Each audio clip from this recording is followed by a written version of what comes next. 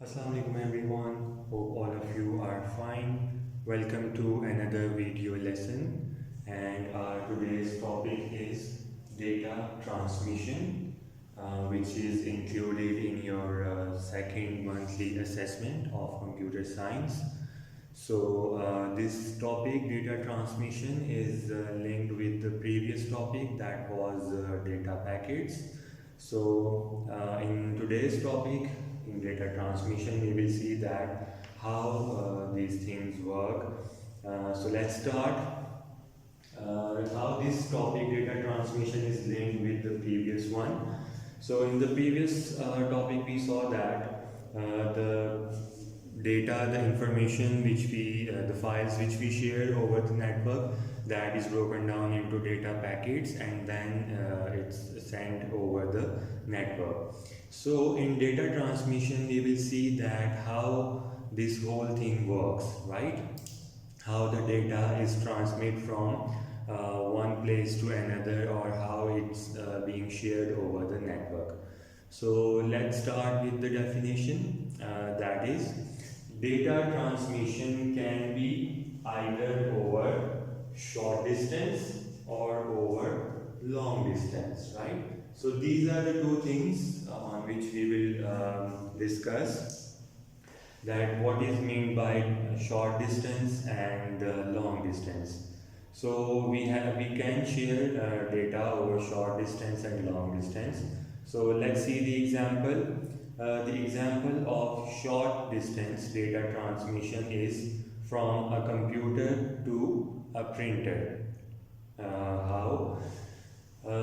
As you are using a computer and you have attached a printer with it, so that means if you want to take the printout of a file which you have just typed in Microsoft Word, and for that you need a printer attached with your computer or laptop. So you will send a command to your printer through your computer that you want the printout of this file. So what will happen? The command will go from your computer to the printer, and the printer will follow that command and give you the printout of that file.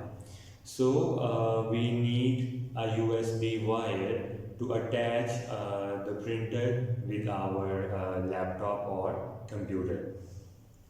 So that is the example of short distance data transmission, right? Your printer just a few foot away from your computer, attached with a wire, so that is short distance, right? So you can give command and you can get the printout of your file, right? Now let's talk about long distance data transmission. So its example is global network. Means your computer attached with the internet. So let me explain it more.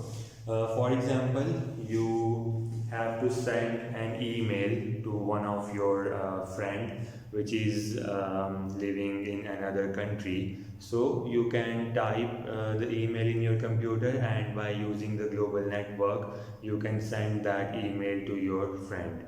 So that is long distance data transmission, right? So for that we need internet, and as you know that the whole world is connected with one another through the internet. So let me just summarize it, that data transmission can be either over short distance or over long distance. So I have given you the example of short distance data transmission and long distance data transmission. So I hope it's clear to you. Now let's move forward and see that what are the factors are required or needed which we have to look into to understand this topic. So let's talk about that. The first factor needed to consider for this topic is direction of data transmission, right? And what is direction of data transmission? Let's see the example.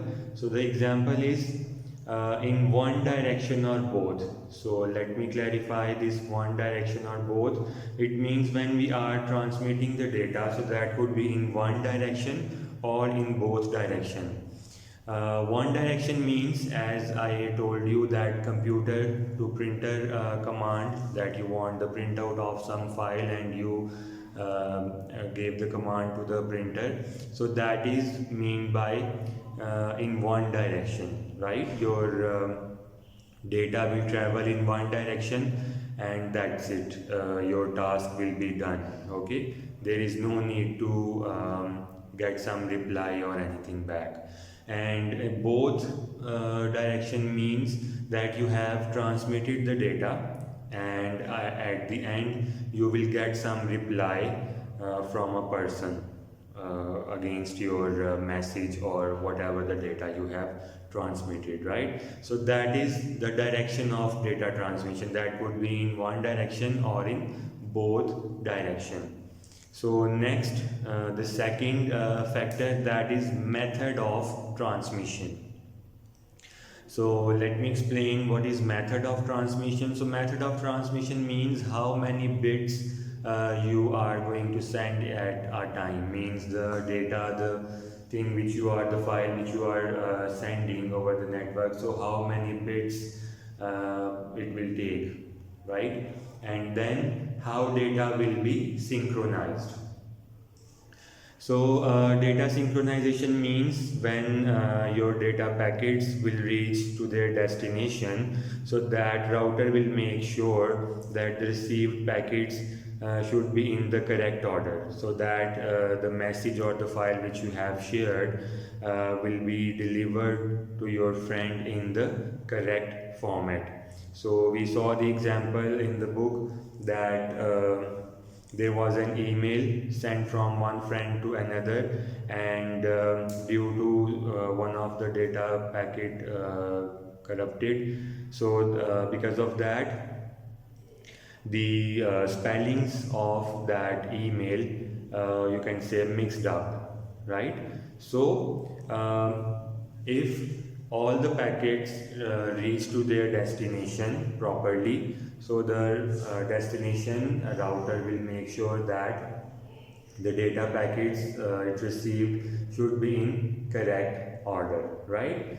So the purpose of this video is to revise this topic. So most of the things I hope were already cleared. So I am just trying to give you the concept briefly, right? So let's move forward.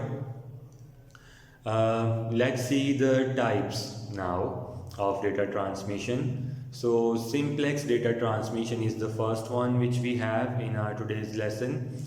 Let's talk about, let's see what is simplex data transmission.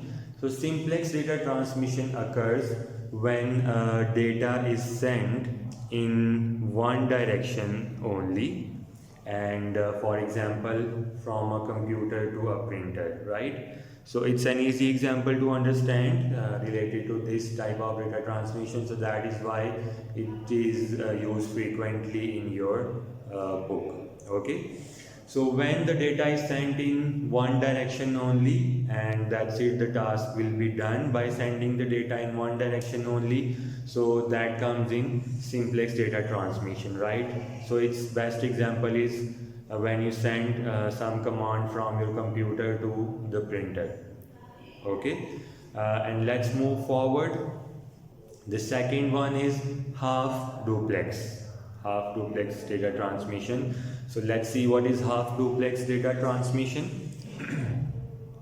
So half duplex data transmission occurs when data is sent in both directions but not at the same time. Okay, in half duplex and full duplex, data is sent in both directions, but the difference is in half duplex data is not data is sent in both directions but not at the same time, right? Let me give you some more explanation. In both directions but not at the same time means you are transmitting the data from your side, and the person has to receive the whole message and then that person will reply you back. So its example is walkie-talkie. We have already discussed all of this topic, the whole topic in detail. So I am just giving you the review of, or you can say the revision of this topic.